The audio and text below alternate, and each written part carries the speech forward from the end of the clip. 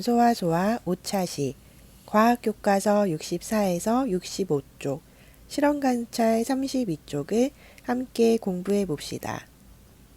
이번 시간에는 물질이 연소한 후에 물과 이산화탄소가 생긴다는 것을 알고 연소하기 전과 연소한 후의 물질이 다르다는 것을 설명해 봅시다. 제일 먼저 초가 연소한 후에 생기는 변화를 생각해 보고 푸른색 염화 코발트 종이와 석회수의 성질을 알아보겠습니다. 초가 연소한 후에 생기는 물질을 알아보고 마지막으로 물질이 연소한 후에 생기는 물질을 알아보도록 하겠습니다. 물질이 연소한 후에는 무엇이 생길까요? 시작 퀴즈를 풀며 함께 알아봅시다.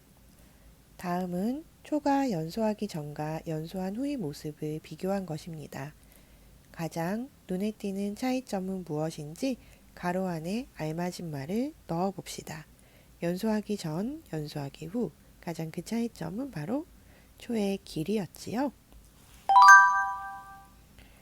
초나 알코올이 연소하면 빛과 열을 내면서 그 크기나 양이 줄어듭니다. 줄어든 물질은 어떻게 되었을까요? 초를 연소시켜 보고 초가 연소한 후에 생기는 물질을 알아봅시다.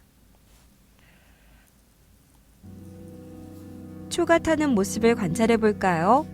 초는 그 양이 점점 줄어듭니다.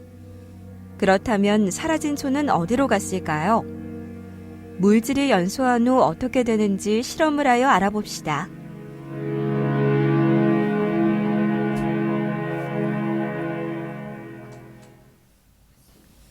초가 연소한 후에는 어떤 변화가 생길까요? 초가 연소하게 되면 열과 빛이 발생합니다.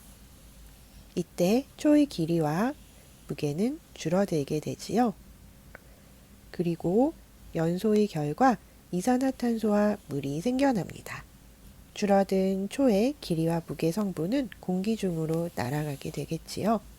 초의 연소 실험에서 가장 중요한 것은 무엇일까요? 네, 맞습니다. 안전입니다.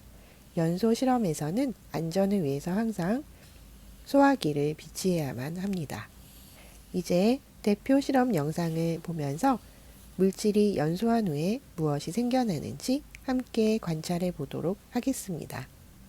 대표 실험 영상을 잘 관찰해 보았나요? 이제 실험 관찰 32쪽을 함께 정리해 봅시다.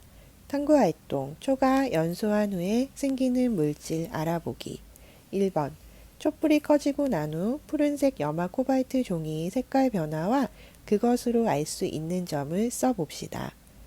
푸른색 염화 코발트 종이는 염화 코발트 용액을 종이에 흡수시켜 말려놓은 것으로 물에 닿으면 붉게 변화합니다. 촛불이 꺼지고 난 후 푸른색 염화 코발트 종이는 어떤 색으로 변했을까요? 푸른색 염화 코발트 종이가 붉게 변했습니다.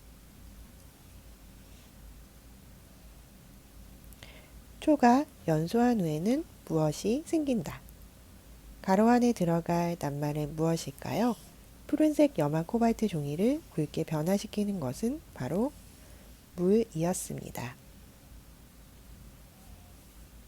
2번, 촛불이 꺼지고 난 후 석회수의 변화와 그것으로 알 수 있는 점을 써봅시다. 석회수는 이산화탄소와 만나면 뿌옇게 흐려지는 성질을 가지고 있었습니다. 촛불이 꺼지고 난 후 석회수가 뿌옇게 흐려졌습니다. 초가 연소한 후에는 무엇이 생겨난다? 석회수가 뿌옇게 흐려지는 모습을 관찰할 수 있었던 걸 보니 초가 연소한 후에는 석회수를 뿌옇게 만드는 공기, 바로 무엇일까요? 이산화탄소가 생겨납니다. 생각해 볼까요? 초가 연소한 후에 크기가 줄어든 까닭은 무엇일까요? 초가 다른 물질로 변했기 때문입니다.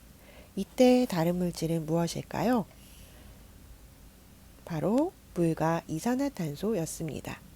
초가 연소한 후에 크기가 줄어든 까닭은 바로 초가 물과 이산화탄소로 변했기 때문입니다. 물질이 연소한 후에 생기는 물질에 대해 알아보겠습니다. 초가 연소한 후에는 물과 이산화탄소가 생깁니다. 염화 코발트 종이는 물에 닿으면 붉게 변합니다.